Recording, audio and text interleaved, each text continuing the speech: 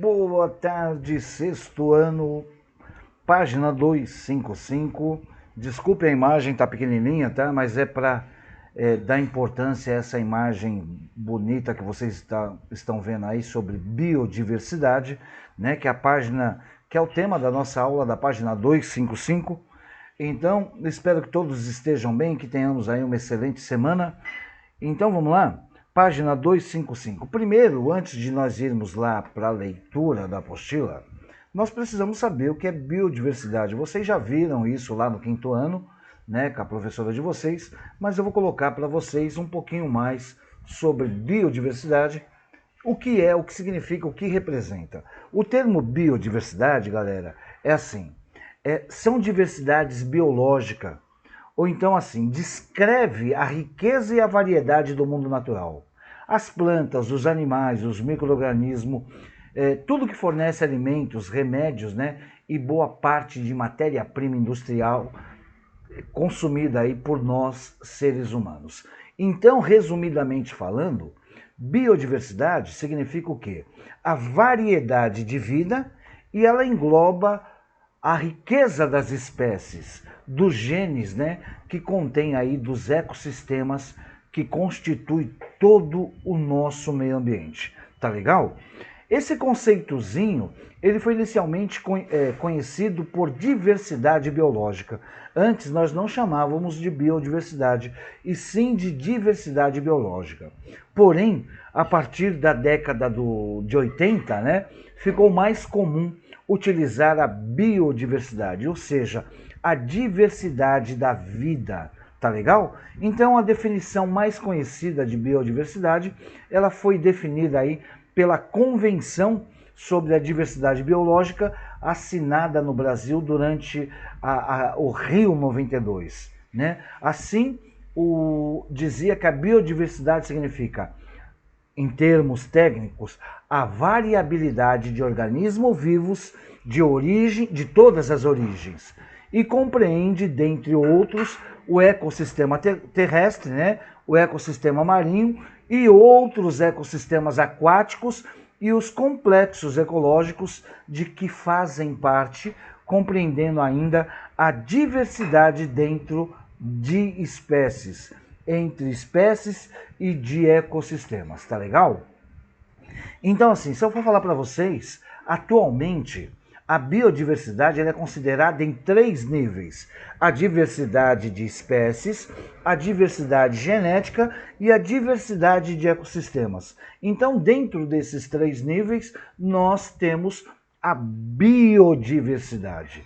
A diversidade de espécies é a riqueza de espécies existentes, e ela inclui todos os organismos vivos da Terra, dos mais simples aos mais complexos. Tá claro isso? A diversidade genética é a diversidade dos genes entre os indivíduos de uma espécie no geral.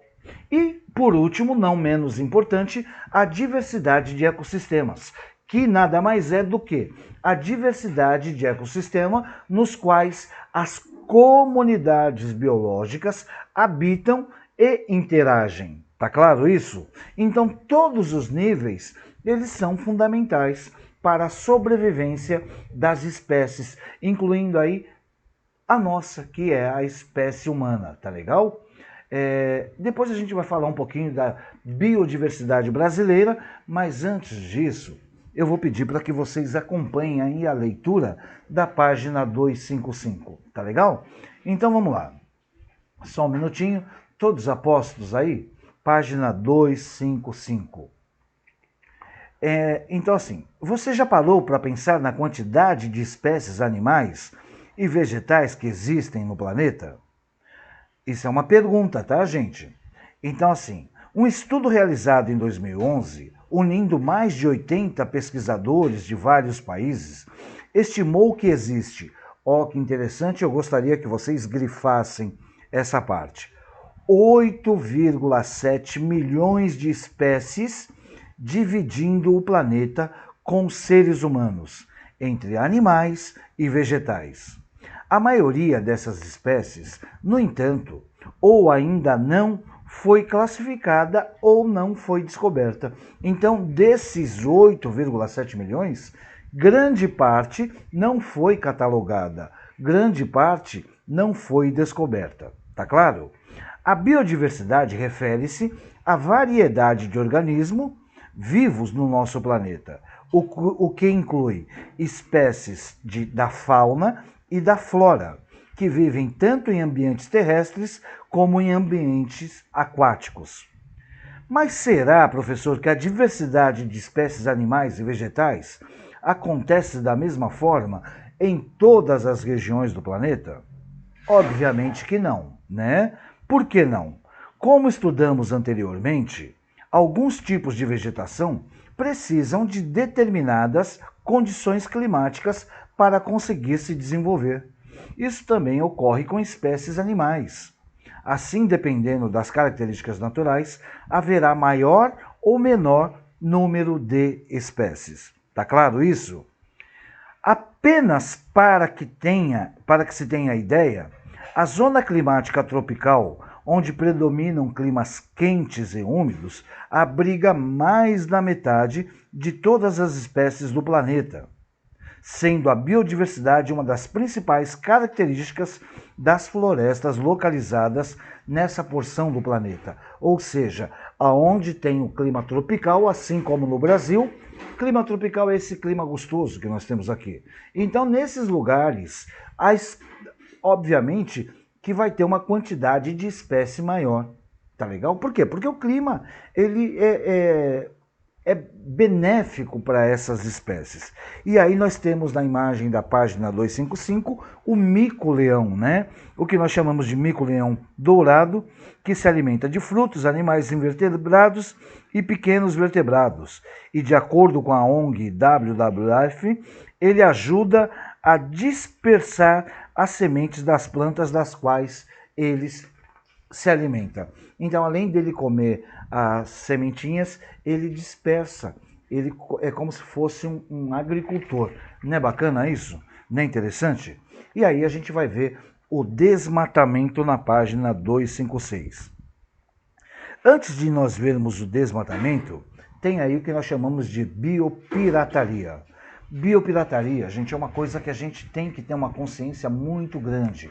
Professor, o que é a biopirataria?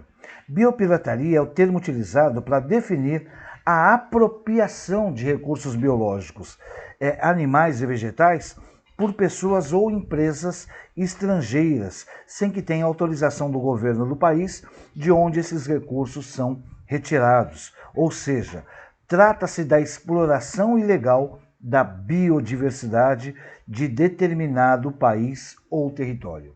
Essa biopirataria é muito comum em todo o mundo, mais contundente aqui no território brasileiro, em virtude das nossas leis ambientais, elas não serem tão severas. Tá legal? Ó, eu paro aqui, aí a gente vai ver desmatamento, que eu vou colocar um outro videozinho que acompanha esse aqui, para falar um pouco mais da biodiversidade. Tá legal?